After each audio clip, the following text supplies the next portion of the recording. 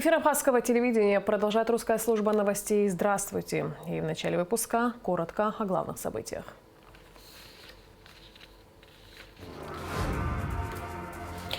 Аслан Бжания провел итоговую пресс-конференцию, на которой обозначил проблему уходящего года и рассказал о положительных изменениях в стране. Проект закона о республиканском бюджете на 2022 год принят в первом чтении. Депутаты Народного собрания на последнем в этом году заседании сессии парламента рассмотрели более 23 вопросов. Дмитрий Маршан избран председателем Центральной избирательной комиссии. В канун Нового года абхазские спасатели во главе с министром по чрезвычайным случаям Львом Кайцыне посетили с подарками детские дома в Донбассе.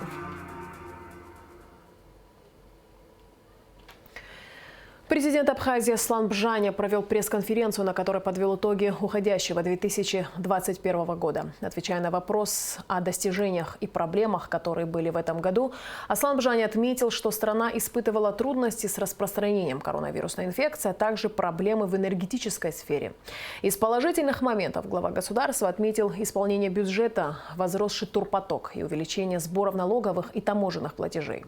Аслан Бжания сообщил, что в ближайшие 3 года будет потрачено около 800 миллионов рублей на цифровизацию процессов администрирования налоговых и таможенных платежей.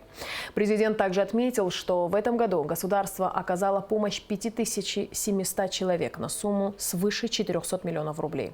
Повышение заработной платы за последние 2 года составило 60%. На 70% повышена зарплата сотрудникам Министерства внутренних дел. На 75% повышена зарплата сотрудникам службы госбезопасности.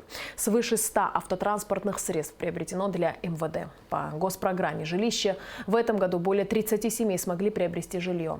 Средства на эти цели выделены безвозмездно. Президент обратил внимание на важные вопросы туризма. Он отметил, что запланировано и реализуется много проектов в этой области, и уже удалось достичь немалых результатов.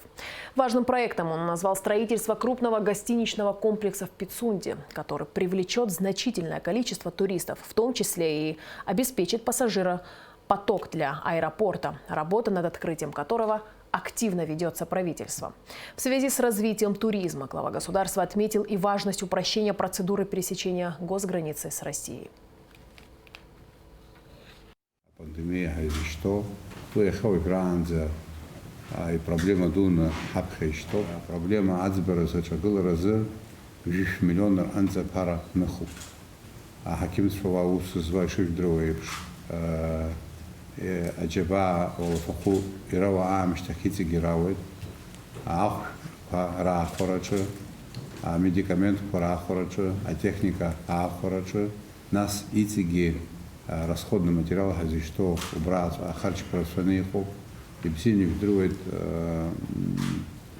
лаборатория, которая специальная, рахапшит, уги дара, зух Мариам Сарапов, абри рехава проблема хастуяна гуд, валсулы схарста хуб, хуш и нерехана у абри чимезера, яхтана, адунер псахит.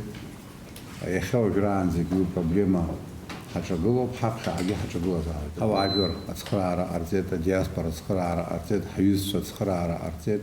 Наси проблема не обзеться не ведрует, а функция алашара. Изахказ гибзе не ведрует. А раз савер поросоп гаракер, абриауруса хунткари хайта за переток ципх, сенпе хайта за переток, абриахус шода, ари зухта и клода хава ацаавет.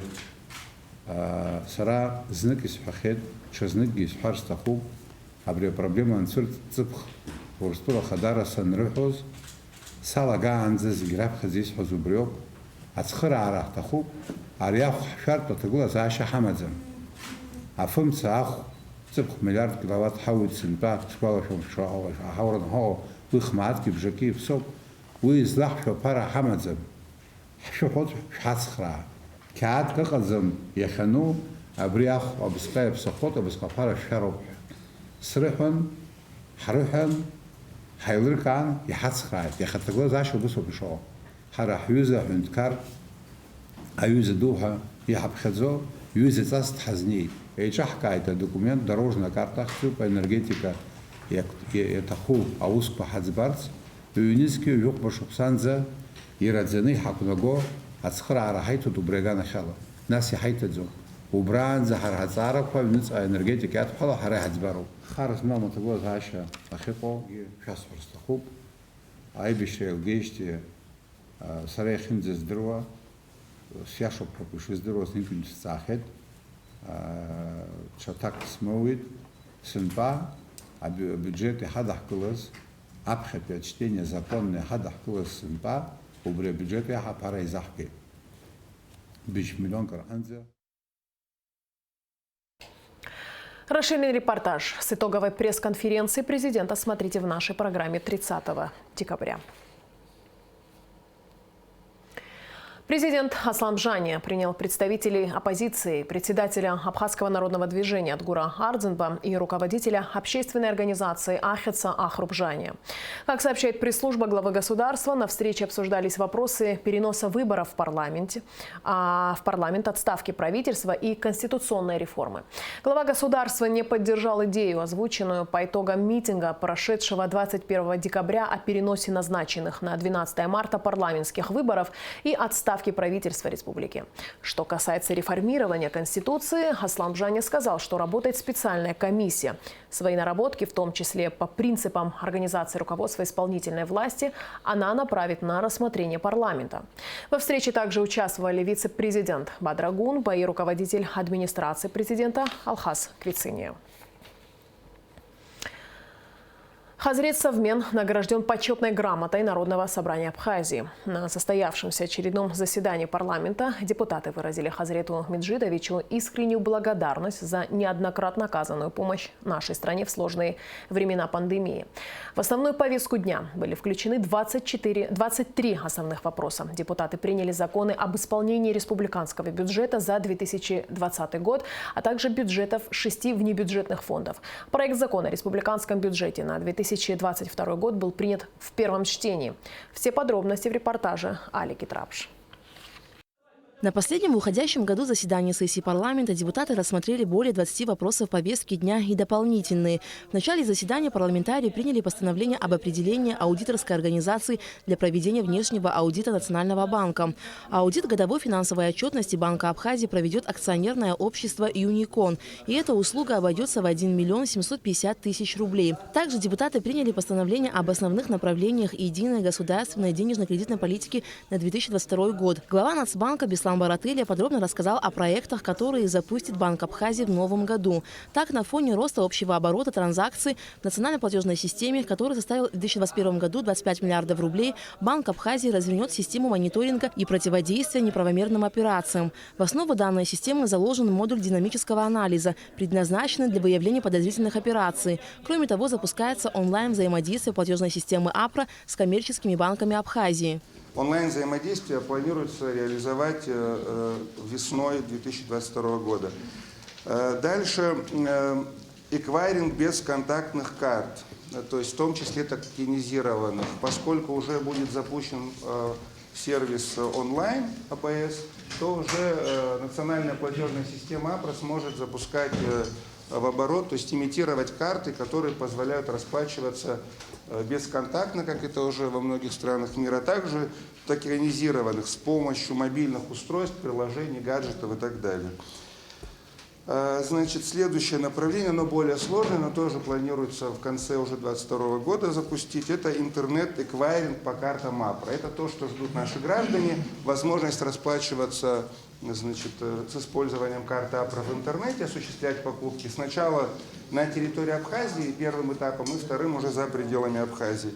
И проект по переводу денежных средств с российских карт, с карт российских банков на карту АПРА. Этот процесс завершится в марте этого года. Уже большинство крупных российских банков этот сервис предоставляют. И по окончанию следующего года будет завершен обратный процесс P2P, перевод с карт АПРА на российские карты. Депутаты также приняли постановление об утверждении сметы расходов на содержание Национального банка на 2022 год в сумме 391 миллион 920 тысяч рублей. Парламент принял постановление об исполнении республиканского бюджета за 2020 год, а также об исполнении бюджета ряда внебюджетных фондов за 2020 год во втором окончательном чтении.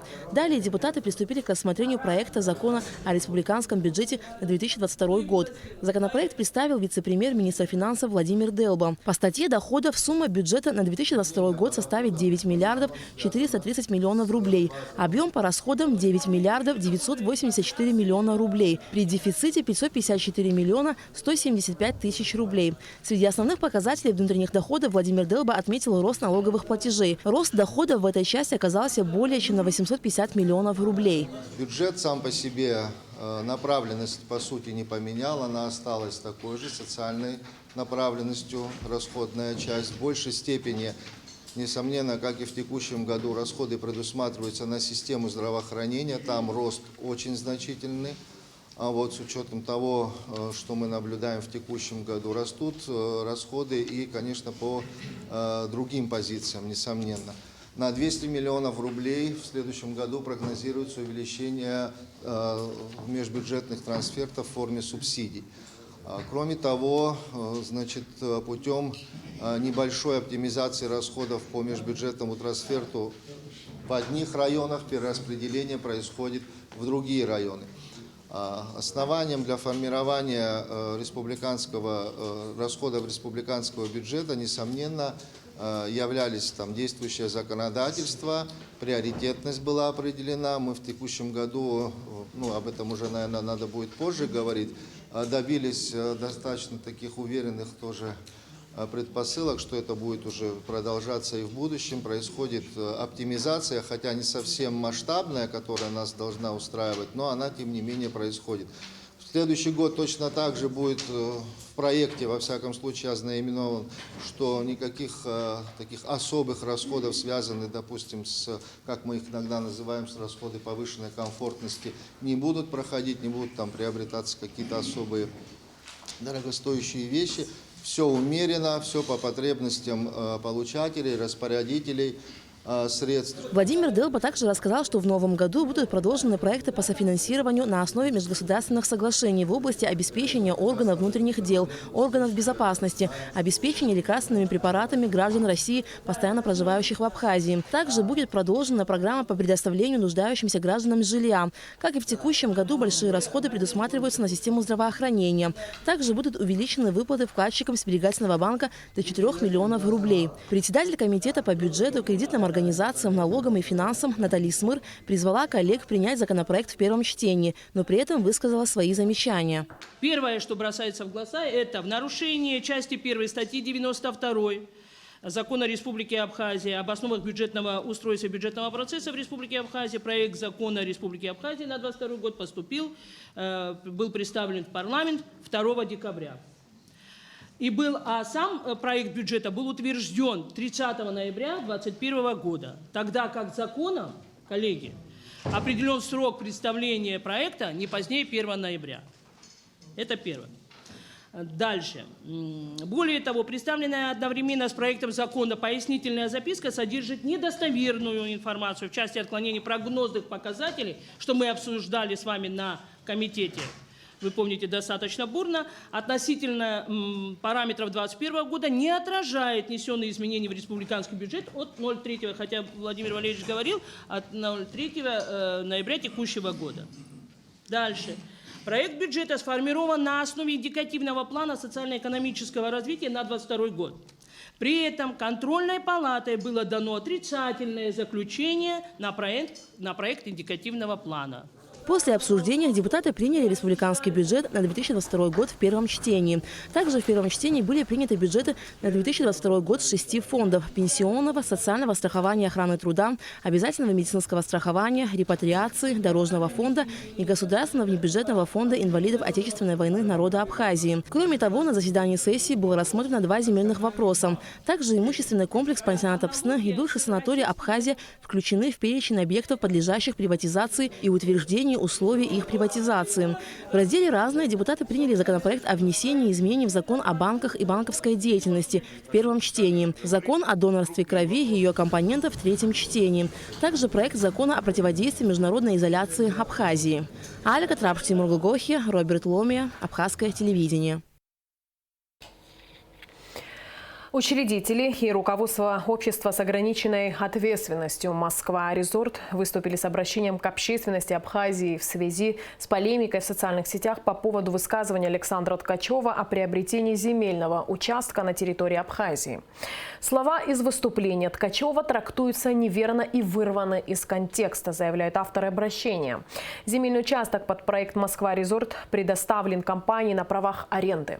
В 2021 году компания ООО «Москва-Резорт» компенсировала правительству Москвы все ранее понесенные расходы с учетом инфляции, тем самым получив право на дальнейшую реализацию проекта. Именно эти затраты Ткачев и имел в виду, когда говорил о приобретении земельного участка на территории Абхазии. Земля – достояние народа и находится в исключительной собственности Республики Абхазия, а земельный участок проекта «Москва-Резорт» предоставлен компании на правах аренды. Подчеркивается в обращении. Компания «Общество с ограниченной ответственностью Москва-Резорт» зарегистрирована в Минюсте Абхазии в полном соответствии с Гражданским кодексом Республики Абхазия. Дмитрий Маршан избран председателем Центральной избирательной комиссии Абхазии. Дмитрий Маршан – кандидат юридических наук. С 2006 по 2009 годы преподаватель юридического факультета Южного федерального университета. Затем работал помощником уполномоченного по правам человека. С 2016 года занимал должность омбудсмена. Решение об избрании Дмитрия Маршан председателем ЦИК было принято единогласно в ходе открытого голосования.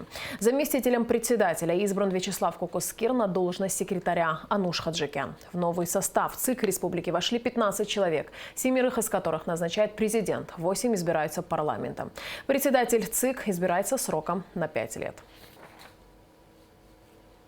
Я искренне вам признателен, что вы мне доверили такую ответственную миссию. Я и впредь рассчитываю на вашу поддержку. Многих я здесь знаю, со старшими мы знакомы давно. Я очень сильно надеюсь на то, что я вас не подведу. Вот. И предыдущий председатель, он был здесь, вы его прекрасно знаете, это авторитетный человек, специалист. Он не в простое время возглавлял комиссию, но я думаю, что он, как вы отметили все, достойно справился со своей работой. Я думаю, что и наш коллектив, и наша комиссия данная, мы тоже этот уровень не будем опускать и будем дальше его поднимать, насколько это будет в наших возможностях. Следственным управлением Генеральной прокуратуры завершено расследование уголовного дела в отношении главного врача республиканской больницы Аполлона Гургулия, его заместителя Георгия Вуба и сотрудника больницы Аслана Цкуа. Подследственные вину в совершении вменяемых им преступлений не признали. Вместе с тем следствием собрана исчерпывающая доказательная база, в основу которой легли показания свидетелей, заключения судебных экспертиз, протоколы следственных действий, а также иные материалы уголовного дела, объем которого составил более 14 томов. Заместителем генерального прокурора республики утверждено обвинительное заключение, и уголовное дело передано в Сухумский городской суд для рассмотрения по существу. По данным следствия, в мае 2019 года Вуба Георгий Владимирович занимает должность заместителя главного врача по лечебной части государственного учреждения Министерства здравоохранения Республики Абхазия, республиканская больница с целью незаконного обогащения, подстрекая путем уговора, склонил главного врача республиканской больницы Гургуля Аполлона Алмасхановича организовать оказание платных медицинских услуг, лабораторных исследований в уверенном государственном учреждении с использованием штатных сотрудников и оборудования блока номер 2. Клиника диагностической лаборатории больницы заведомо знает, что в соответствии с законом Республики Абхазия о здравоохранении каждый гражданин Республики Абхазия имеет право на получение бесплатной медицинской помощи.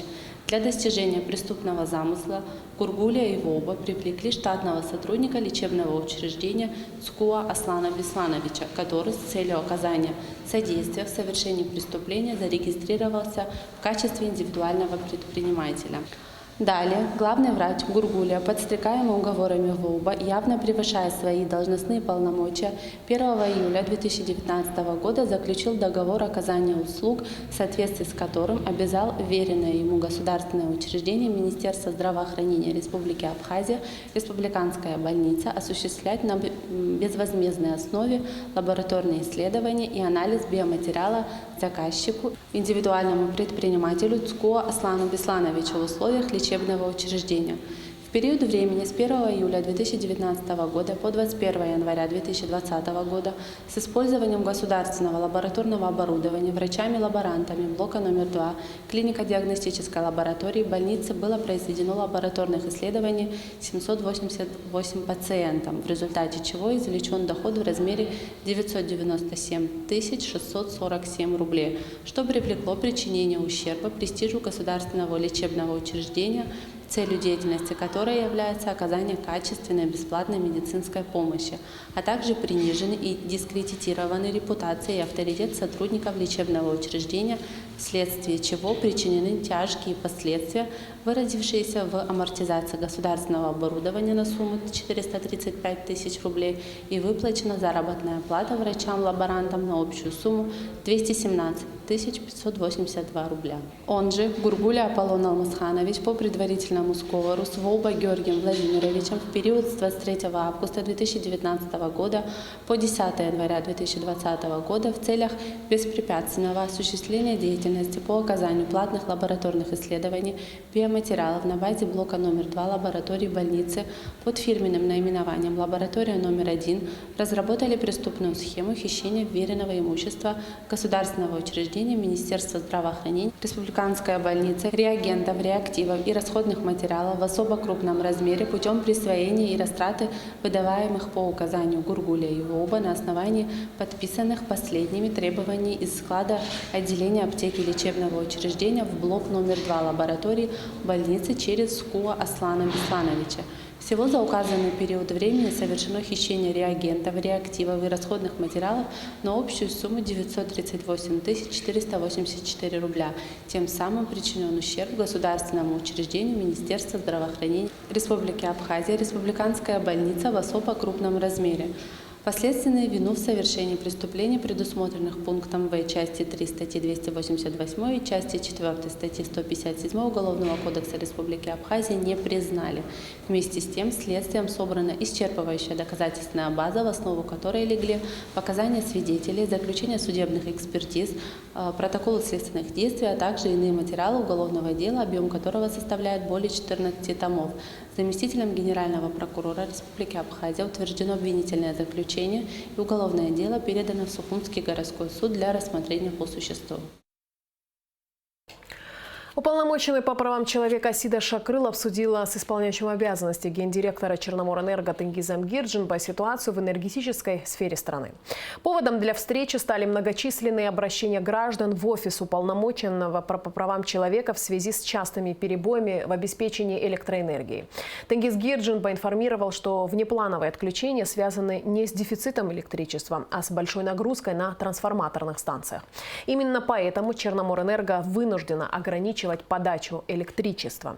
Асида Шакрыл рекомендовала просчитать все имеющиеся возможности, установить четкий график отключения, чтобы не оставлять людей из одних и тех же районов без света на протяжении нескольких часов в сутки. В Ткорчале в торжественной обстановке состоялось открытие центральной районной больницы, реконструированной в рамках российской инвестпрограммы. В церемонии открытия приняли участие премьер-министр Александр Анкваб, вице-премьер, министр экономики Кристина Озган, министр здравоохранения Эдуард Бутба. ЦРБ будет обслуживать не только население Ткорчала, но и жителей близлежащих 11 сел. Медучреждение с 2 операционными рассчитано на 100 коек. В больнице открыты 5 отделений – инфекционное, терапевтическое, хирургическое, педиатрическая, детская и акушер-гинекологическая. Есть отделение обсервации. Кроме того, при больнице вводится в эксплуатацию отделение скорой помощи, которого здесь не было 20 лет. В здании поликлиники будет оказываться консультативная помощь узких специалистов. Оборудован стоматологический кабинет, биохимическая и клиническая лаборатории, а также кабинет переливания крови. Сегодня знаменательное событие в районе, открытие Творчалской ЦРБ. Долгие годы вы знаете, что вели строительные работы. Сегодня больница рассчитана на 75 коек, максимально 5 реанимационных коек. Есть отделение операционное, большой блок операционный, малый блок операционный, кабинеты ультразвуковой диагностики, разные кабинеты по направлениям. Все это сегодня будет предоставлено, открыто. И еще раз хочу поблагодарить всех, кто принимал участие в строительстве, непосредственно Творчалской ЦРБ. И еще хотел сказать по поручению президента Республики Абхазия, в следующем году будет предоставлен новый автомобиль скорой помощи для Творчалской ЦРБ. Такое большое количество площадей и такое большое количество оборудования надо наполнить специалистами. В этом направлении Минздравом тоже проводится большая работа. Расширенный репортаж об открытии Творчалской ЦРБ смотрите в нашей программе 30 декабря. В администрации Тукарчалского района состоялась встреча премьер-министра Александра Анквабы, вице-премьера, министра экономики Кристины Узган с главой районной администрации Сидором Дочия. Во встрече также приняли участие директор Рицинского национального реликтового парка Адам Арбагателия и директор Новоафонской пещеры Мирон Чалмаз. Руководители ведущих туристических объектов республики подарили району по 10 миллионов рублей на строительство Тукарчалского рынка. В канун Нового года абхазские спасатели во главе с министром по чрезвычайным случаям Львом Квициня посетили один из детских домов в городе Шахтерске. Делегация МЧС Абхазии находится в Донбассе с рабочей поездкой. Подробности в репортаже пресс-службы спасательного ведомства. В канун Нового года абхазские спасатели во главе с министром Львом Квициня, находящиеся с рабочей поездкой на Донбассе, посетили один из детских домов в городе Шахтерске. Здесь живут дети с ограниченными возможностями, и они, как никто другой, очень рады, когда к ним приходят гости. Правда, гостей из Абхазии здесь не было никогда, но, как известно, под Новый год нередко случаются весьма приятные сюрпризы. Дорогие детишки, вы такие красивые, замечательные. Мы поздравляем вас с Новым годом, счастья, радости побольше и побольше подарков. И мы тоже из солнечной страны Абхазии привезли вам сладкие абхазские мандарины. Эти подарки, эти мандарины, телевизор, все это к нам кстати. Понимаете? Министр МЧС Абхазии Лев Константинович очень замечательный человек, так хорошо общается, и мне кажется, не безразличный. Видя наших детей, нельзя просто быть безразличным. Детки действительно больные, они очень рады, когда видят гостей, они так реагируют. Поэтому огромное спасибо, что такие гости к нам сегодня заехали. Сладкие гостинцы из Абхазии получат еще и ребята одного из детских домов в Луганской Народной Республике. И все это проходит в рамках благотворительной предновогодней акции МЧС Абхазии на Донбассе. Абхазские спасатели, в свою очередь, благодарят всех неравнодушных граждан и организаций нашей республики, кто помогал формировать этот благотворительный груз на воюющий Донбасс.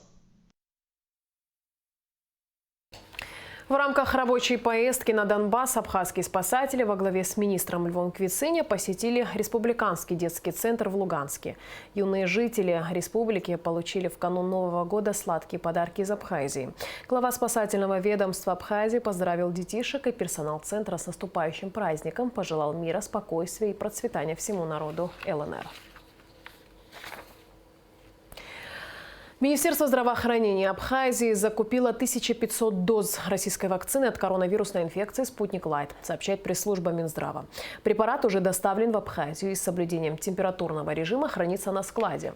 Желающие пройти ревакцинацию могут обращаться в прививочные пункты. Напоминаем, что у жителей республики есть возможность вакцинироваться и в праздничные выходные дни 4, 5, 6, 10, 11 и 12 января.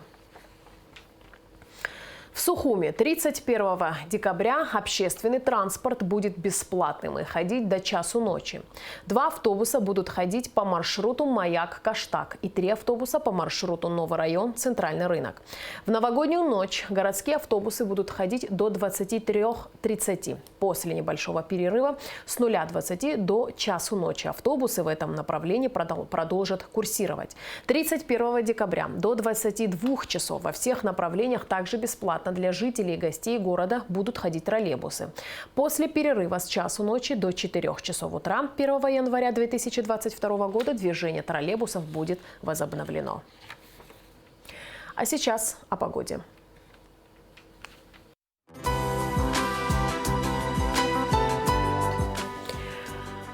По сообщению Гидрометцентра, в четверг, 30 декабря, в Абхазии ожидается переменная облачность без осадков. Температура воздуха ночью +1,6, днем 11-16 тепла. Температура морской воды +12.